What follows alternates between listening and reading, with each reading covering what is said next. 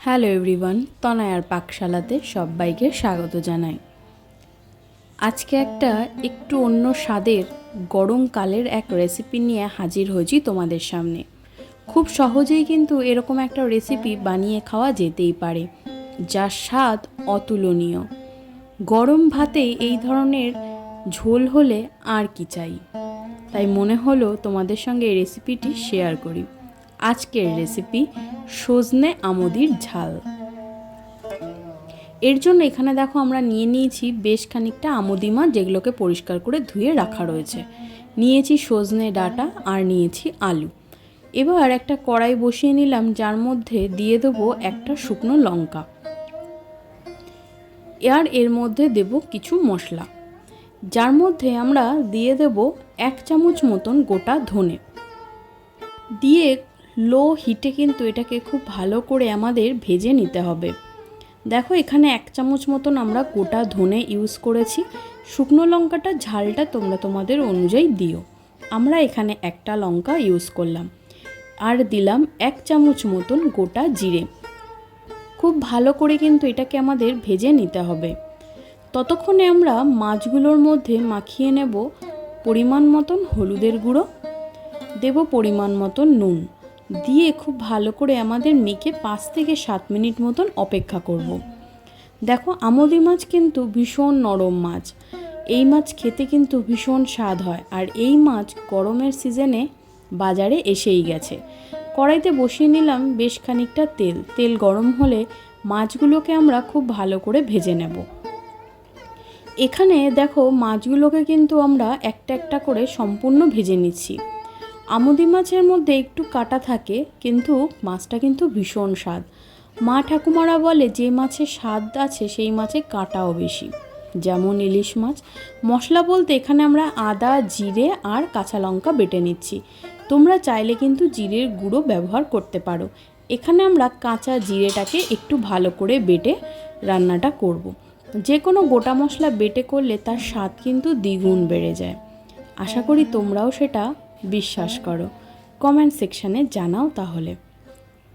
এবার ওই কড়ার মধ্যে দিলাম আর একটু সর্ষের তেল। মাছগুলো আমরা ভেজে তুলে নিয়েছিলাম। দিলাম একটা ফোড়নের জন্য শুকনো লঙ্কা, তেজপাতা আর দেব রাঁধুনি। এখানে রাঁধুনিটা দেওয়ার পর যখন চড়বড় করে উঠবে, খুব সুন্দর একটা তেল থেকে গন্ধ ছাড়বে, তখন সেই লম্বা লম্বা করে কেটে রাখা আলুগুলোকে এর মধ্যে আমরা দিয়ে দেবো। দিয়ে কিন্তু খুব ভালো করে নাড়িয়ে চাড়িয়ে নিতে হবে। আলুগুলোকে আমাদের একটু গোল্ডেন ব্রাউন কালার করে ভেজে নেব। ততক্ষণ এখানে সজনে ডাঁটা, যেগুলোকে আমরা প্রথমেই কেটে রেখেছিলাম, সেগুলোকে দেব। এই সময় বলা হয় সজনে ডাঁটা বা তিতো জাতীয় যে কোনো খাবার খাওয়া খুব উপকার, কারণ হামপক্স এই সময়টাতেই হয়। তাই সজনে ডাঁটা কিন্তু খাওয়া ভীষণ উপকারী, বাচ্চা থেকে বড় প্রত্যেকেরই। যে মশলাটা আমরা প্রথমেই বেটে রেখেছিলাম, আদা, জিরে, কাঁচা লঙ্কা, সেটা দিয়ে দিলাম। দিয়ে কিন্তু আমাদের খুব ভালো করে নাড়িয়ে চাড়িয়ে কিন্তু মশলাটা কষিয়ে নিতে হবে। এই সময় গ্যাসের ফ্লেমটাকে মিডিয়াম টু লোতে রেখেই কিন্তু করতে হবে, নইলে মশলা পুড়ে গেলে কিন্তু তার স্বাদ একদম বিচ্ছিরি হয়ে যাবে। দেখো মা এখানে খুব ভালো করে কিন্তু নাড়িয়ে চাড়িয়ে নিল। এবার এর মধ্যে আমাদের কিছু মশলা অ্যাড করতে হবে। দিলাম পরিমাণ মতন হলুদের গুঁড়ো, এটা রঙের জন্য।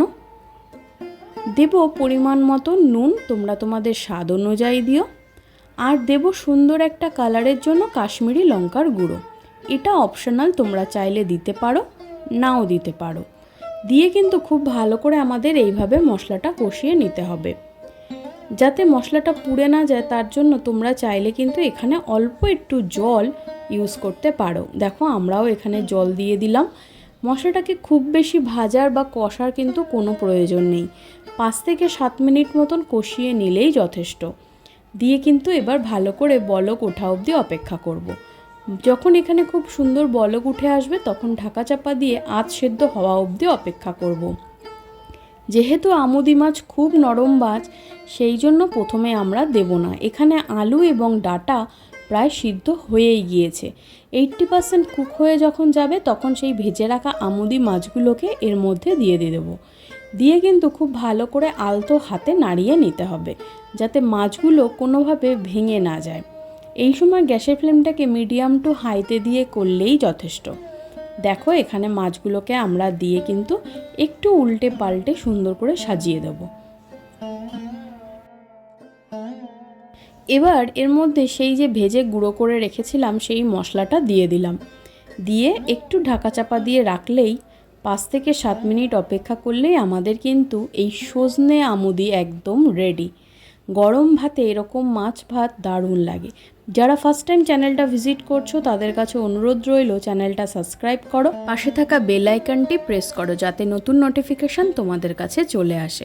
বন্ধু বান্ধব আত্মীয় স্বজন সবার সাথে শেয়ার করো এই রেসিপি। ধন্যবাদ, দেখা হচ্ছে আরও একটা রেসিপির সাথে। আমি আমার মা ফিরে আসছি।